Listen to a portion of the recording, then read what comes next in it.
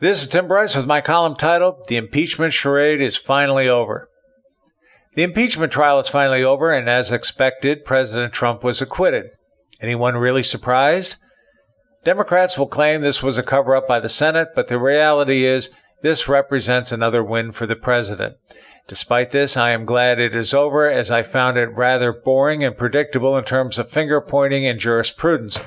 This desperate act also represents another chapter of how the Democrats have wasted an enormous amount of taxpayer money and time to do whatever they could to resist the president.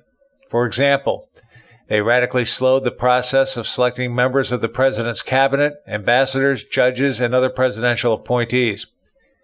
They turned the Brett Kavanaugh hearing into a three-ring circus by intentionally smearing his name to make the president look bad.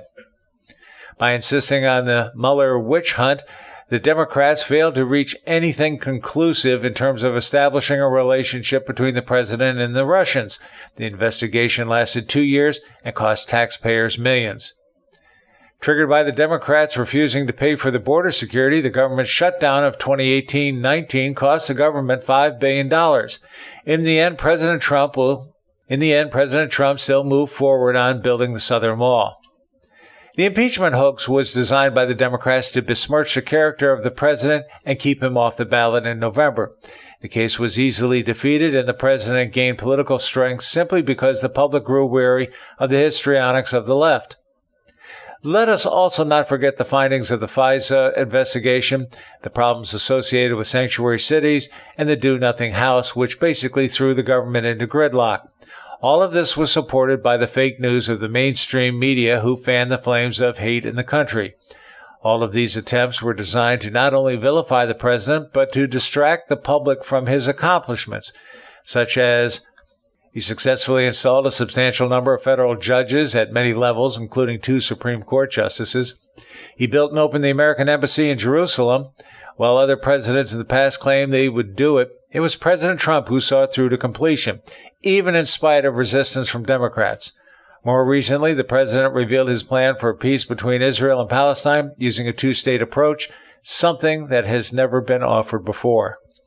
He cut bureaucratic red tape to lift the burden of government off the shoulders of businesses, thereby allowing them to move forward. He crushed ISIS and is slowly pulling us out of the Middle East. He curbed illegal immigration, moved us to energy independence, reinvigorated our military and cleaned up the VA, caused new and stronger trade deals, particularly with USMCA, China, and many more on the way. And he created a robust economy, which is now the envy of the world. The Democrats fear this the most, which is why I refer to it as the big white elephant in the room. President Trump has become politically stronger following the impeachment acquittal. His base is energized, and independents are leaning his way. In contrast, the Democrats have branded themselves as untrustworthy stewards of the House, a stigma which will haunt them until Election Day. The Americans want results, not soap opera.